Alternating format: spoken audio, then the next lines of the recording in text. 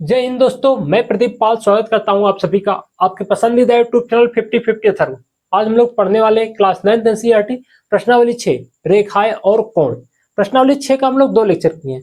पहले लेक्चर में हम लोग रेखाओं से संबंधित बातें सीखे थे और दूसरे लेक्चर में हम लोग कोण से संबंधित बातें सीखे थे। तो हम लोग का ये तीसरा लेक्चर होने वाला है इस प्रश्नावली का।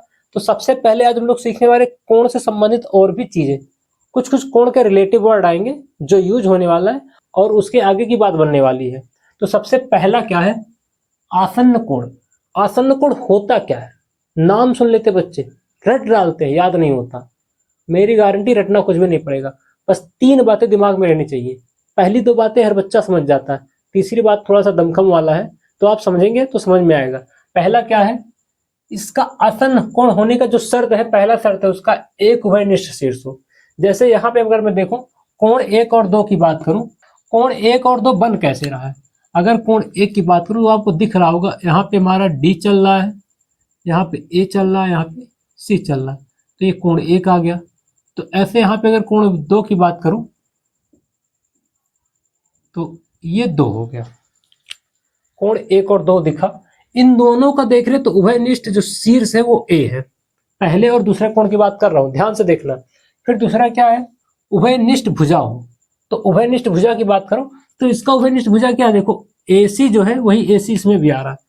दोनों कोण बनने में AC जरूर आ रहा है, AC आ रहा नहीं। तो हमें 2 चीज पहले समझ में आया। पहला तो एक उभयनिष्ठ शीर्ष होगा दोनों का, तो दोनों को उभयनिष्ठ शीर्ष तो A है, बात क्लियर। फिर क्या बोल रहा? उभयनिष्ठ भुजा हो, तो दोनों में AC आ रहा, इधर AC नीचे आ रहा, इधर AC ऊपर आ रहा, लेकिन आ तो रहा है सेम चीज ना, यही चीज। फिर तीसरा क्या बोल रहा? जो भुजा उभयनिष्ठ नहीं है, तो दोनों में कौन सी भुजा उभयनिष्ठ नहीं है? अगर मैं इस एंगल की बात करूं तो इसमें AD जो हमारा है और इसका जो AB वो उभयनिष्ठ नहीं है। बात तो ही आ रही है भाई, जो भुजा उभयनिष्ठ नहीं है। अब उसके आगे पढ़ता हूं, उभयनिष्ठ भुजा के विपरीत ओर स्थित है। तो अगर इन दोनों भुजाओं को देखें, इस लाइन को पूरा पढ़ें, जो भुजा उभयनिष्ठ ना हो, यानी इसमें AD की बात कर रहा है और इसमें AB की बात कर रहा है, ये दोनों उभयनिष्ठ नहीं है। उभयनिष्ठ भुजा के विपरीत ओर स्थित है। तो उभयनिष्ठ भुजा हमारा कौन था? AC यहाँ था, AC यहाँ था, तो AC के ऊपर स्थित है। देखो AC के जस्ट ऊपर आ रहा AD और AC के जस्ट नीचे क्या आ रहा? AB।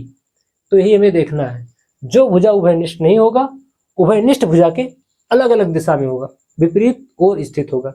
अब यहाँ फिगर में देख पा रहे हैं, एंगल 1 एंगल 2 बनाने में वर्टेक्स A, शीर्ष A आ रहा है और AC भुजा भी आ रहा है कॉमन होने के लिए।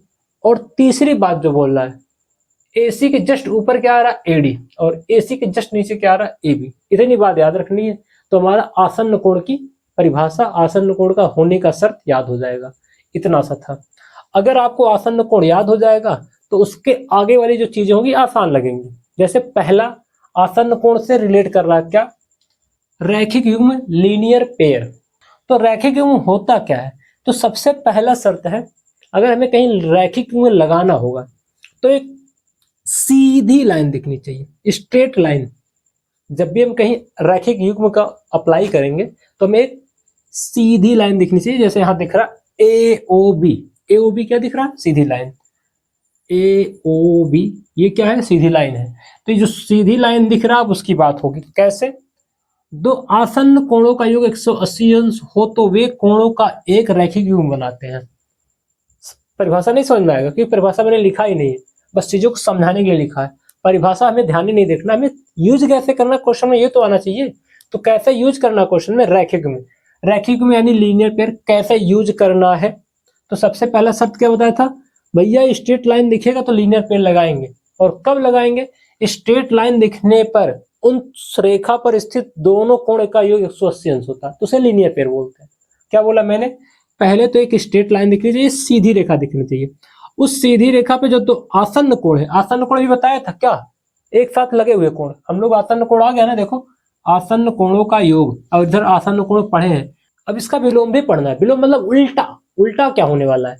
तो उसको हम लोग बोलते हैं रैखिक युग्म विलोम, लीनियर पेयर कन्वर्ज। रैखिक युग्म विलोम कैसे काम करता है? बोला क्या? यदि दो आसन्न कोणों का योग 180 अंश हो तो उनकी अउभयनिष्ठ भुजा, यहां मैंने लिखना थोड़ा सा भूल गया था, अउभयनिष्ठ भुजा एक रेखा बनाती है। तो मैंने देखा क्या था अभी और आपको समझाया गया था, ये दो कोण हो जाएगा, ये कोण एक हो जाएगा।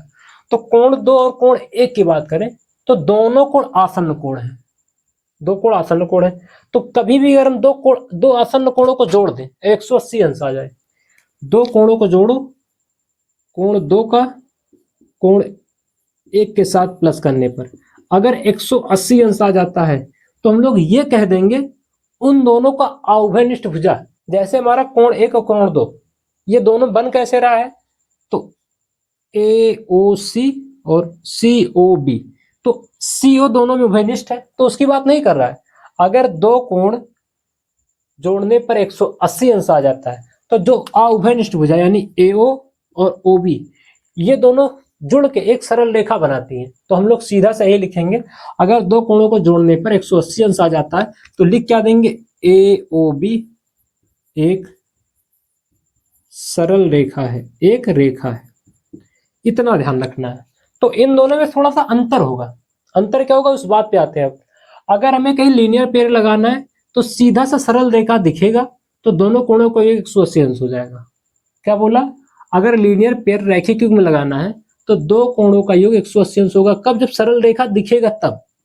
इसका उल्टा, इसमें आपको सरल रेखा दिखाना होगा। क्या बोला मैंने, इसमें सरल रेखा दिखाना होगा, प्रूव करना होगा, और कब, दोनों कोणों को 180 अंश जोड़ के दिखाना होगा। इसमें सरल रेखा दिया जाएगा तो कोणों को जोड़ेंगे 180 अंश के बराबर करेंगे, इसमें कोण को जोड़ के 180 अंश जब बराबर करेंगे और जब 180 अंश आ जाएगा तब बोलेंगे ये सीधी रेखा है। इतनी सी बात होगी, ये माइनर सा फर्क होता है। अगर ये जान जाओगे तो आगे हमारा चैप्टर आसान होने वाला है। एक और आता है शीर्षाभिमुख कोण।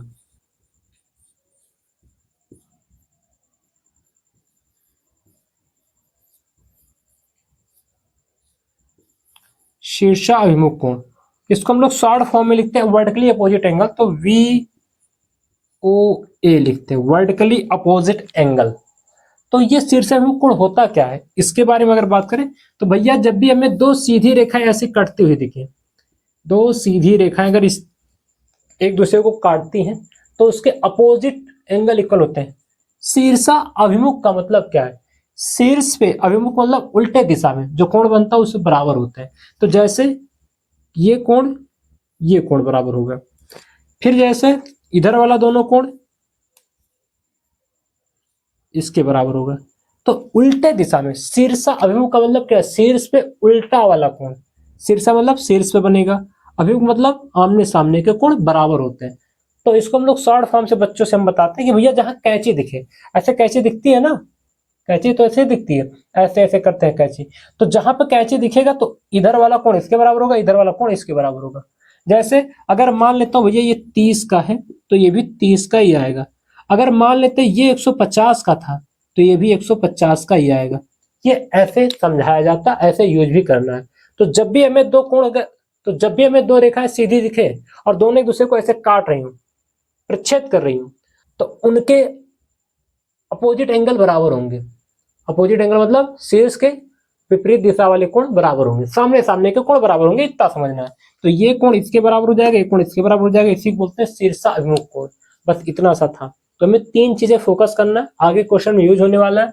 तो सबसे पहले में आसन्न कोण देखें। आसन्न कोण क्या होता है, आसन्न कोण जो है उसी का हेल्प लेके हम लोग रैखिक युग्म और रैखिक युग्म विलोम लगा पा रहे हैं, नहीं तो लगा ही नहीं पाते। इसी वजह से पहले आपको आसन्न कोण के बारे में बताया जाता है, जिससे हम लोग जब रैखिक युग्म या रैखिक युग्म विलोम लगाए तो आपको आसन्न कोण के बारे में पहले से पता हो।